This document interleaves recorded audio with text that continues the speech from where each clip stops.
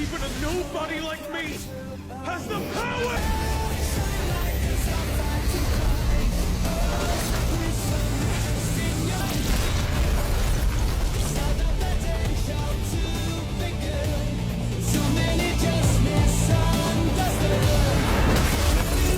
𝐒𝐴𝐵 was not what I was expecting. Now, here's the thing. Don't get me wrong. I've watched my fair share of Donghua in the day. One of my favorite Donghua of all time is 𝐒𝐮𝐲𝐫𝐭. I think the way that is translated is the full-time magister. But that was completely animated. I think it's like 7 seasons, 6 seasons, something like that. But I love 𝐒𝐮𝐲𝐫𝐭. It's one of my favorite Donghua of all time. I rewatch it probably every couple of years. I try and catch up with it again. Sometimes there's new seasons that come out. Anyways, I like Donghua. Basically, I like Chinese animation quite a bit.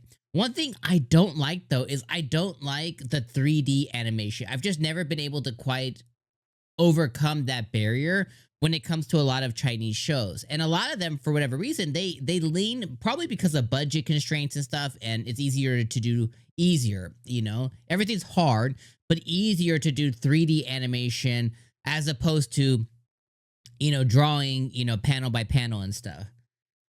Regardless, I've never been able to overcome that barrier when it comes to a lot of these Chinese animation shows, especially all the ones that Bilibili pushes out a lot, just because like that 3D stuff is just not for me. I've watched a couple, and a lot of them, they're typically based in like ancient Japan or ancient China, and they just never really hit for me. I've tried a few times. Now, with that all being said, when 𝐒𝐵 was presented, or when I discovered it, it was all animation based. So I was like, okay, this is a cool Chinese show that is going to kind of set the anime world, in a sense, on flame.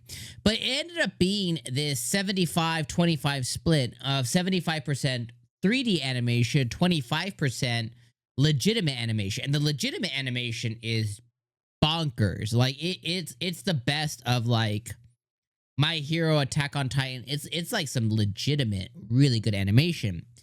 The 3D animation, leaves a lot to be desired. I think that they nailed the aesthetic, right? Like they nailed the way one character looks in 3D versus the way that one character looks in animated. I think they did nail for the most part. But it just, I don't know, it's one of those things that's a little weird, and it's going to be one of those things to where, can you overcome that or not? I think the story here is so bonkers that I'm really in it. Like, I really enjoyed episode 1. And on top of enjoying episode 1, I also enjoyed the fact that it was dubbed. Especially when it comes to some of these Chinese animation, you know, hearing a show in Mandarin can take your brain a little bit to adjust. Like I was saying earlier, one of my favorite shows is 𝐒𝐮𝐲𝐫𝐭, and I've watched all of that in Mandarin. And this also extends to some of the Chinese dramas that I watch too, is watching and listening to them in Mandarin. Unfortunately, you know, I would love to speak Mandarin. I would love to speak Japanese. I would love to speak Korean. I don't speak any of them. I've dabbled in all of them in Duolingo, but like I don't quite have those skills. But it can take your brain a little bit to adjust. So I am very thankful that this premiered with a dub, because that transition period to, you know, get your brain back when it's like, oh, listening to them in Mandarin can, like I said, it can take a bit. So that barrier is not there because it is dubbed, and the dub is really good too. So like the dub actors are, I think they're nailing it. So let's go back. Overall, this story follows a kid, and I'm gonna suck with names, but it follows a kid, and his whole thing is he works for this company, like a publicist company, and they're the ones that kind of manage the brands of some of these heroes. He then is presenting this new way for these characters, one of them being nice, to be presented. He gets mollywopped, and the lead of the company does not like it whatsoever. Because it was his job to present this, you know, this pitch, he also sends this pitch to the other partnering company. The other partner in company is going like, what? This is too far left. Like this is leaning way too much in one direction. This is not what we want. So he then fires this kid. This kid is then contemplating life, and as he's standing at the edge of a building, you know, contemplating life, because he's like, what am I gonna do now? He sees this actual hero Nice come behind him and then pass him and go and wave, and he just throws himself off a building and dies. He witnesses it, and the manager for this hero named Nice, comes and they kidnap this kid because he's a witness now, and they're like, we can't have this information that this hero killed himself getting out. So he then, because he has similar looks to him, they color his hair white, and they start making him into Nice. Now, the way people are made heroes here is the more people trust and believe in you, the more power that you have. And that scale of the people is what gives you your powers. So because everybody thinks he's nice, and he's able to absorb that trust, and he actually begins to physically gain powers. The reverse is true too when it comes to fear and loathing. If people hate you, you get powers too for the reverse, and that's how villains are created in this world. Long story short, you guys watched the episode. If you didn't, you should watch it. The episode ends with his then girlfriend that he is actually legitimately in love with. Who knows how Nice really felt about her.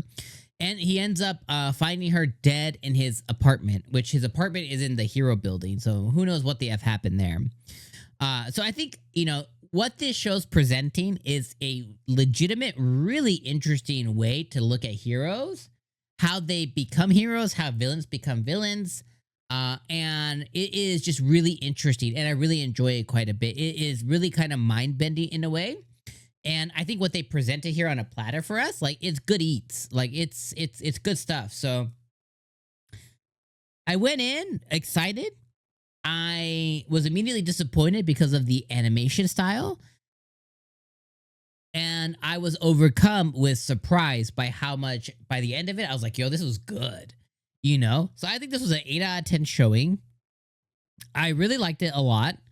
This is in partnership with Aniplex and Bilibili.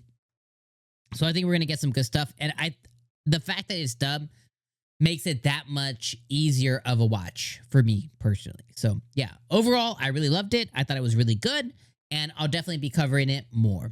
So if you guys like 2B Hero X as well, leave me some comments down below. Leave me some likes. That'll give me the signal of, yeah, let's cover this more on the channel.